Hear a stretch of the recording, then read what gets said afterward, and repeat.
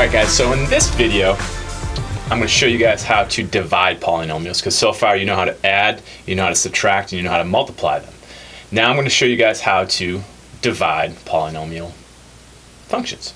Alright, so the first thing that I want to do is I want to kind of go old school a minute. I want to say, since we're talking about division today, and I'll actually put this up over here, is if I want to do 15 divided by 2, and I wanted to use long division. Well, first I kind of want to go over some terminology. Is if you hear me say dividend, I'm talking about this. If I'm talking about divisor, I'm talking about this value. And then the quotient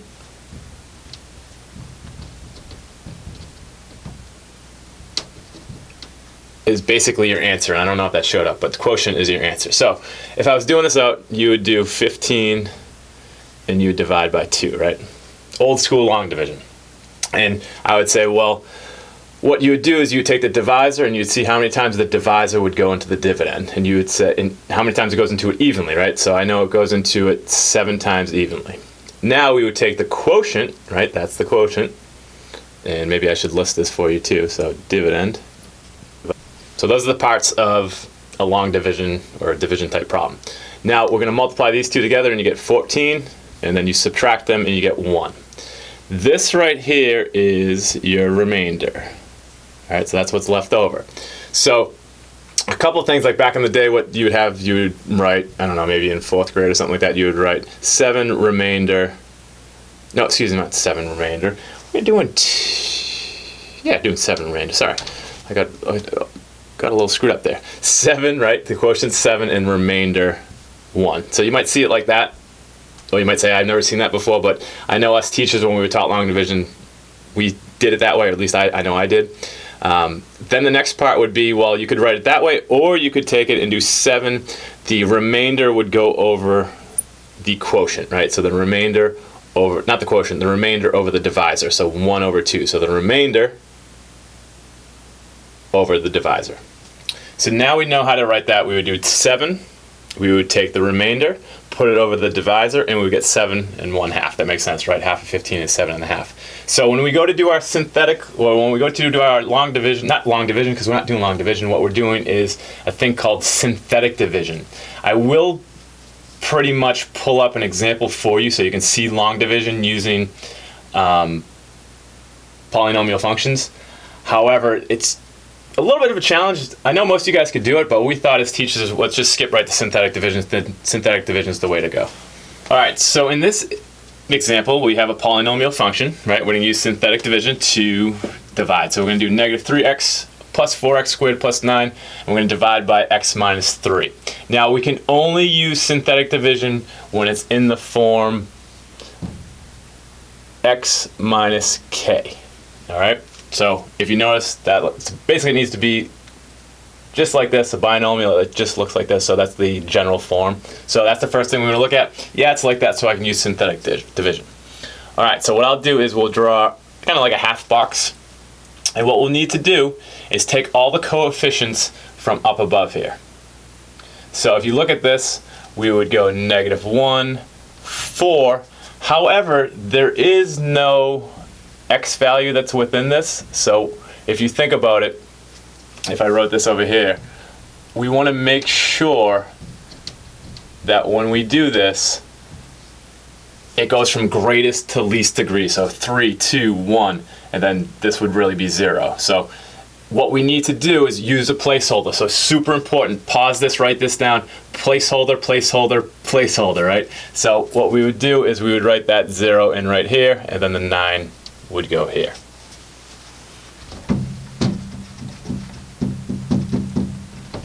So that placeholder is super important. And at the end, I'll put a steps with some writing in it so it makes sense to you.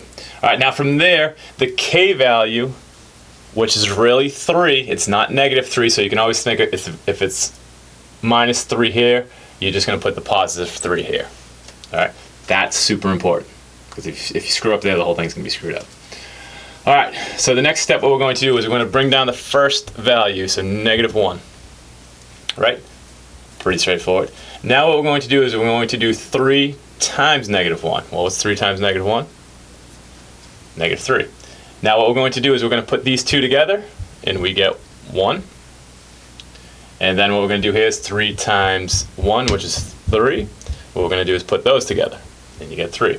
Then 3 times 9, you get 3, and then you get 18. So we have negative 1, 1, 3, and 18. Now, you guys probably don't appreciate this as much because you didn't have to use the long division, so just trust me that this is a lot easier once you figure out the rhythm of it and figure out what's going on. So rewind this and see what I did and how I got these numbers. All right, so what these are your coefficients of the quotient, right? This is your quotient right here. So really how this works is this is your remainder, this is your constant, this is your x, and this is your x squared. So what we need to do now is just basically rewrite that. So negative 1x squared plus 1x plus 3 plus the remainder. However, what do we do with the remainder?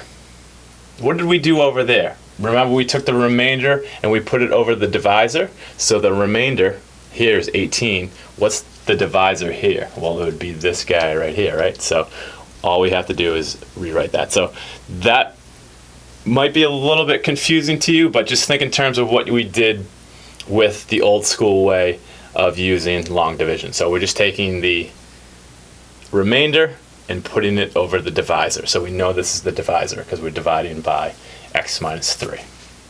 All right, and that would be your final answer. And I'll put some steps up here. So these are the steps, step by step by step. You don't have to write those down, but I would pick some key ideas out of that and put them into your notes. So when you do look at your notes, they're a reference. You want to make sure that you guys can use your notebook to look back to and go, okay, I know how to do this. Or if someone picked up your notebook, they would know how to do this. So that's a good way to think about it.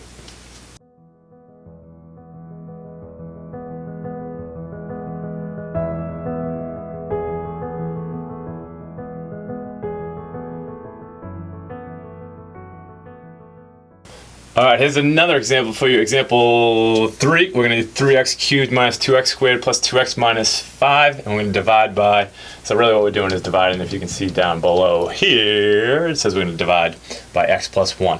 Has to be in this form, so the divisor has to be looking something like that, which it is. So we're going to set up our half box. Remember, the k value here is really negative 1, right? Because if I substitute that negative 1 back into here, you would get this. So this would be negative 1. Now we need to set up the inside of it. It's going to be the coefficients, but let's first see if we need a placeholder, because remember I said that was super important on the first example? However, we don't have to worry about it because it goes 3, 2, 1, and then 0. So we're all set. So we're going to go 3 minus 2, 2 minus 5. Now, what was the first step? That's right, bring down this guy. What was the second step? That's right, multiply negative 1 times 3, which is negative 3. And then from here, we're going to combine those. You get negative 5. Negative 1 times negative 5 is 5. What are we going to do? Combine those. Good. Negative 1 times 7 is negative 7. And then negative 5 plus negative 7 is negative 12. So we do have a remainder. So remember, this is your remainder, constant x squared. Now, it might not always work out that way, but for these examples that I'm using, it does. All right, so now we just have to rewrite it as a polynomial function. And the remainder always goes over the divisor. So what was the divisor? This guy right here. So we do x plus 1. And that's it. Okay, so the steps stay consistent every single time. The big thing is the placeholder there, and make sure you understand that placeholder. And that's about it. So let's do a few more examples and we'll get you out of here. So for this next example, what I'm going to show you guys is the remainder theorem. And we can use synthetic division to solve or to evaluate polynomials. So if I had you guys take a few minutes to solve, if I said, what is this expression when x is equal to negative 4? You guys would do this.